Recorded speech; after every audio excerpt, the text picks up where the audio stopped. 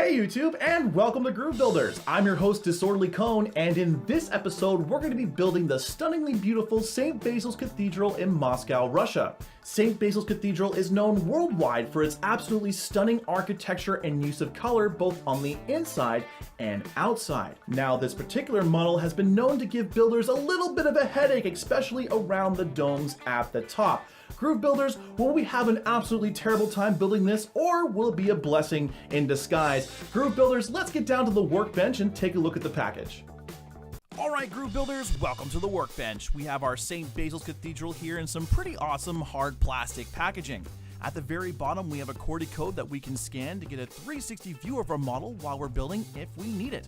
Now at the very back, we get a brief look at our two sheets of metal. These are typically a little bit longer than what we may be used to dealing with. As well as we get a look at our final product, the St. Basil's Cathedral, all constructed. It looks pretty nice with all that little detail here. At the very bottom, we get some kind of disappointing instructions on how to build these models, and I'm hoping that once we open this up that the directions will be a little bit more detailed than the roller coaster we encountered last time.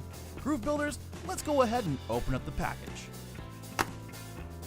Alright, so the first thing we see is our instructions, and it looks like we also have our two sheets of metal. Now looking at our metal, just like last time, it seems to be wrapped in this plastic. So let's go ahead and just take it out of the plastic. And as I said before, this metal is definitely that 3-bend metal, and you can tell just by how thin these sheets are and how easily they are to bend. If you can even look, when I was taking the package off, I already managed to bend this little sheet here. It doesn't look like any of the pieces are bent, so we're okay, but again guys, when you're taking these things out, be extremely careful because you don't want to already bend the pieces or possibly damage the pieces before building with them. Alright Groove Builders, let's get building! Cutting our first couple of pieces, I can already feel the metal that we are building with in this episode is a lot thinner than the roller coaster we just built. I have also noticed that some of the metal has varying detail in terms of quality. Normally, this is cause for alarm, as finding these things on a model could indicate that you're building a counterfeit. Over the last few years, with the increase of popularity of metal models, a lot of counterfeit companies have sprung up. They take ideas and designs from other manufacturers like Fascinations and sell them for cheap on sites like Alibaba and Wish. That being said though, a lot of the websites have started to remove these products from their stores and have shut down stores that were selling them. Remember Groove Builders, although counterfeit models tend to be cheaper, they are also a lot more dangerous to handle because you don't know what the metal is made out of. Personally, I have never bought a counterfeit model, but I have been given a few as gifts. These models tend to have paper-thin metal that feels a lot like tin or even lead. That's right, lead. Not something most people really want to be handling these days, so buyer beware. But we are here for St. Basil's Cathedral, and this stunning building really does deserve all of our attention. So let's ask the all-important question, what is St. Basil's Cathedral? The Cathedral of Vasily the Blessed, commonly known as St. Basil's Cathedral, is a church in the Red Square in Moscow, Russia. The building, now museum, is officially known as the Cathedral of the Intercession of the Most Holy Theotokos on the Moat, or Pervolsky's Cathedral. It was built during the years of 1555 through 61 on the orders of Ivan the Terrible and commemorates the capture of the Kazan and the Astrakhans. At the time, it was the city's tallest building until the completion of Ivan the Great's bell tower in 1600. Where the church sits has historically been a busy marketplace between the St. Frol's Gate of Moscow's Kremlin and the outlying Posad. The heart of the marketplace was marked by the Trinity Church, built from the same white stone as the Kremlin and its cathedrals. Ivan marked every victory of the Russo-Kazan War by erecting a wooden memorial church next to the walls of the Trinity Church. By the end of the Astrakhan campaign, a cluster of 7 wooden churches would stand. The placement of the churches outside of the Kremlin walls was a political statement in favor of the Posad commoners and against the hereditary boyars. The identity of the architects that worked on St. Basil's is officially unknown. Tradition held that the church was built by 2 architects, Barma and Postnik, but researchers propose that both names refer to the same person, Postnik Yakovev, or alternatively, Ivan Yakovich Barma. There's even a legend that Ivan blinded the architects so that he couldn't recreate this masterpiece elsewhere, although the real Postnik remained active at least through the 1560s.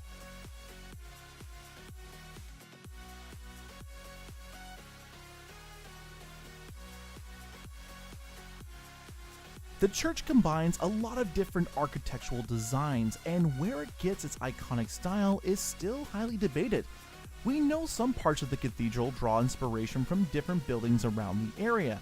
For instance, the staggered layer design draws inspiration from Ivan the Great's bell tower, the central tent of the Church of Ascension in Kalamunsky, and the cylindrical shape of the Church of Beheading of John the Baptist in Dekovo, just to name a few.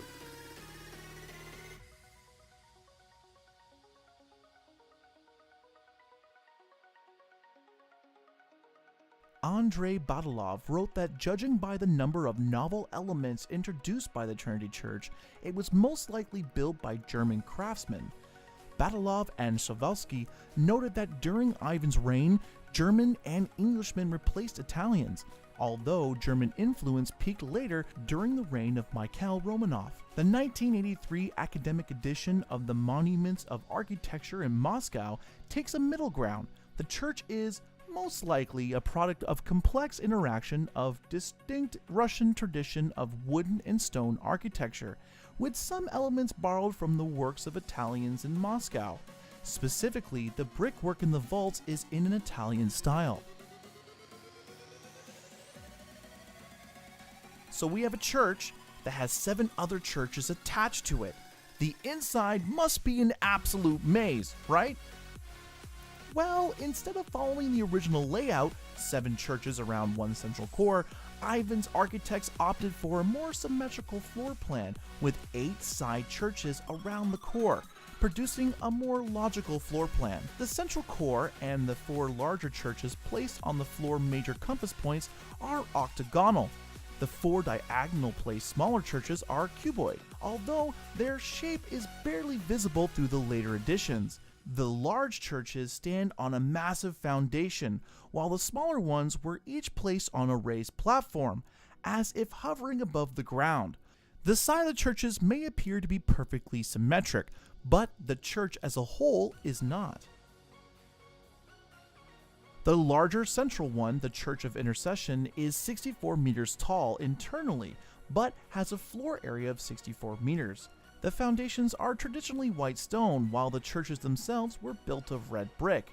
Surveys of the structure show that the basement level is perfectly aligned, indicating the use of professional drawing and measurements, but each subsequent level becomes less and less regular. Restorers who replaced parts of the brickwork in 1954 through 55 discovered that the massive brick walls concealed an internal wooden frame running the entire height of the church. The church acquired its present-day vivid colors in several stages from 1880s to 1848. The Russian attitude towards colors in the 17th century changed in favor of bright colors. Icon and mural art experienced an explosive growth in the number of available paints, dyes, and their combinations. The original color schemes missing these innovations was far less challenging. Okay, so we know how the church got here and how it was built, but why is it named St. Basil's? Well, it starts with a man named Basil. Basil the Blessed, to be more accurate. Basil loved God and was known as the Holy Fool for Christ. He got his name because he would often steal from the markets and give everything he had to the poor. He would often walk naked in the streets, weighing himself down with chains while protesting Ivan the Terrible's lack of attention to the church and his violent behavior. Ivan hated Basil because the people loved him, and the two never got along. When Basil eventually died, Ivan did something no one seen coming. Stricken by sadness, he decided to carry St. Basil's casket to the church where it was buried. Later, they would nickname the church St. Basil's. All right, group builders, we did it. We built St. Basil's Cathedral, and this model was a lot more intricate than I originally expected. Let's talk about it a little bit more in construction. My first point is all about this particular metal. It's that 3-bend metal that we've encountered before. Groove builders, if you're choosing to pick up this particular set, it's important to make sure that you double check all of your instructions before you bend or shape any of the pieces, because you're really only going to get 1 or maybe 2 chances to get it right. After that, you're going to find the metal just falling apart or losing its shape and warping to the point where it will make it very hard to make any kind of connection. Take your time, double check all the instructions, and your model should turn out pretty good. My second point is, of course, all about these domes at the top, and I definitely understand all the gripe about them, and depending on what set you get, there is different methods to, of course, shaping these domes. I find the easiest way to shape them is with a doming tool, just like this. Now this is of course bigger than the one that I would be using to form these bulbs, but there's many different sizes, and if you're looking for this tool, it's called a doming tool, and they usually come in a set of 12. You can find them on Amazon and eBay, and they make any kind of doming really easy.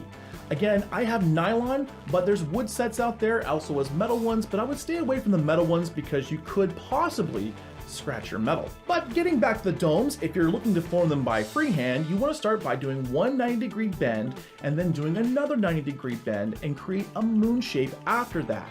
Then you want to do that multiple times all the way around until you create a semi-bulb shape. Once you have this all together, you then want to make sure all the seams match. If all the seams match, your dome is all set and ready to be attached. However, if you have any kind of gaps, you want to go back and see if you can maybe match up those seams a little bit better. This will make the model look fantastic at the end. My third and final point is all about these towers and how tedious they are. The reason why they're tedious is because of all the pieces that you're putting together. There's tons of tabs and insertion holes, and it's very easy to get confused where certain ones go. Groove builders, it's imperative that you double, triple check all the instructions before going forward with any of these pieces because of how many things are going on. You don't want to end up taking this apart, like I said on the first point, and the metal breaking. If you find yourself getting a little bit frustrated, maybe take some time and do something else and come back to it. You really don't want to have to take this apart. I can't stress that enough, groove builders. Let's move on to build time. St. Basil's Cathedral took me about 7 hours to build, and that was with fumbling with my camera. You can definitely take a lot more time, but I wouldn't recommend taking any less, only because of all the forming and detail work that you have to do around the domes and around the base. Groove builders, take your time, and if you find yourself getting frustrated, like I said before, walk away and come back. You definitely don't want to be sitting there struggling with this particular model. And finally, groove builders, let's move on to my thoughts. St. Basil's Cathedral is absolutely beautiful, and one thing I love about my show is I get to learn all about these buildings and why they were created. Learning about Ivan the Terrible and all the things that went into creating St. Basil's was a real pleasure, and it's kind of a shame there's not really more videos on YouTube about it.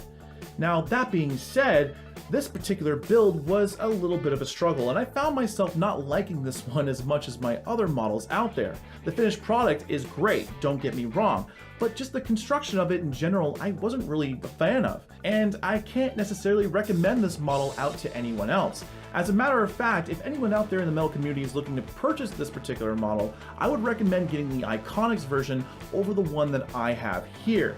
And that's just because of the fact that some of the metal etching on this model isn't even correct, and some of it almost looks like it's been kind of rubbed off, which I think is just about where the metal was located on the laser etcher, but at the same time, just the quality control on these models I just find aren't as good as some of the other ones out there. Overall though, I did have my fun with this particular build, and now that it's done, I'm going to make sure it is displayed predominantly amongst my other buildings. Alright groove builders, that brings us to the end. I had a really good time sharing and building St. Basil's with you, and if you guys had a good time, don't forget to press that like button. For more videos like this, hit subscribe as well, as we got all kinds of really cool content coming out in the future. Until next time groove builders, keep building!